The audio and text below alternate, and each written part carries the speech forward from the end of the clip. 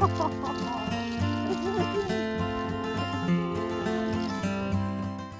friends, today we're going to do something a little bit different. Chad and I are going to make a doggy wheelchair for my mom's Corgi, who is having a little bit of trouble walking these days. So we'll see how that goes, right? Hi, sweetheart. Honey, can you tell me what I'm looking at?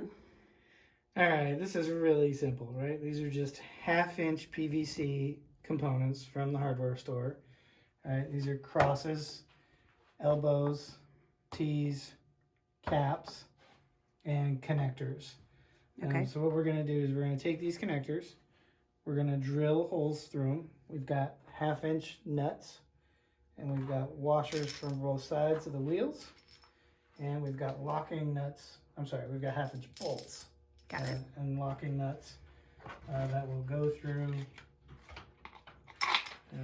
like that. We're going to drill 1/2-inch holes on these connectors to give it a little bit more girth. Got it. To connect to, and that will connect into here.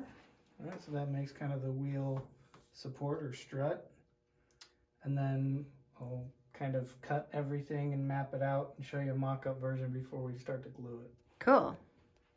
Chad drafted up a plan for this after we watched a few different videos online and looked up a couple different other ways that people had made this. So right now I'll share with you what we bought, and I will also include a diagram of Chad's beautiful sketch of how we're going to do this. I'm smiling.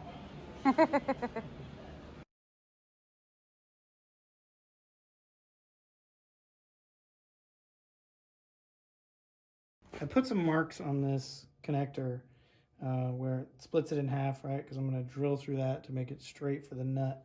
And then I'm measuring down 1/4 inch and 1/2 inch to make markings for the keyhole drill bit that we're going to use. That's a 1/2 inch to made up with the 1/2 inch size of the bolts.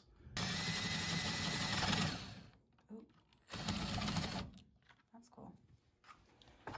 Let's see how it does. I think it's screwed in though. No, actually it's fine because these are not going to rotate. Yeah.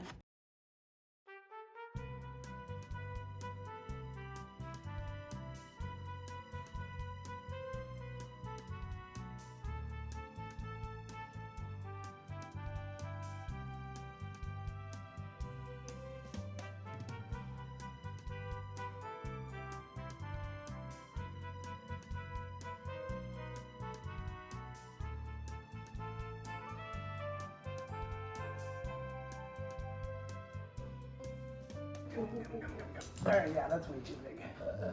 Hey! Wasting Gotta be out of the way, buddy. 2 inches off of this one.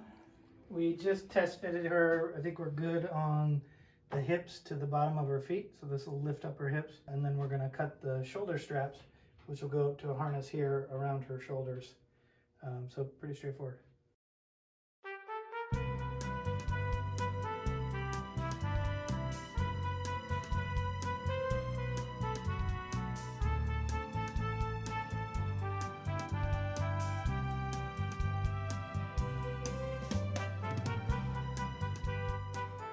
Come here, girl.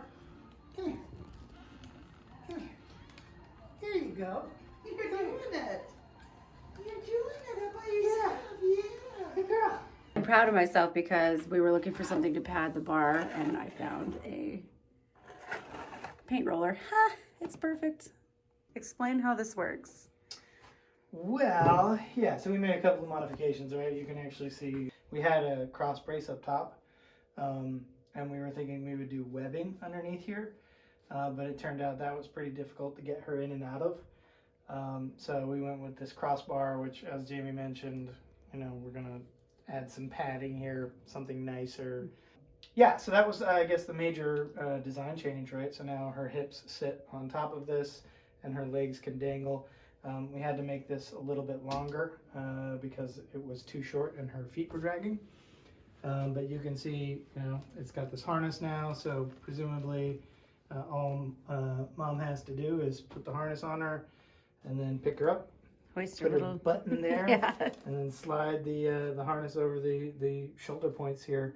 As far as any other things we noticed as we went, in case somebody wants to recreate this, is that these bolts need to be longer because our lock bolts, as you can see, it's not quite reaching there.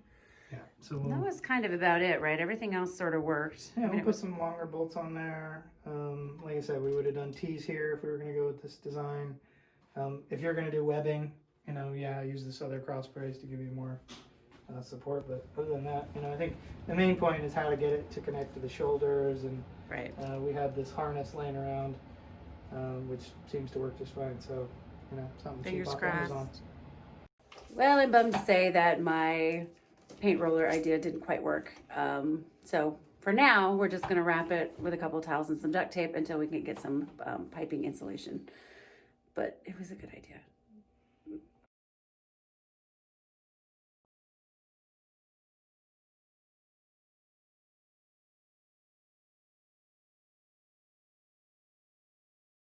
All right, well, it's nighttime, so we're gonna wrap it, and we don't want to stress her out by having her try it, but we're gonna give it a go in the morning, and fingers crossed it works. Yeah. Otherwise, we'll try another design, or we'll just end up buying one, but it's fun to make. Yeah.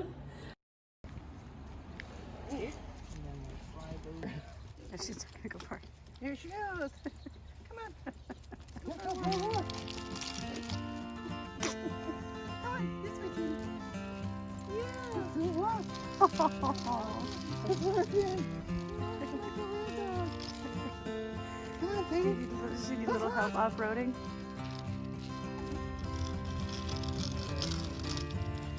That is so neat. It's a little bit of stuck.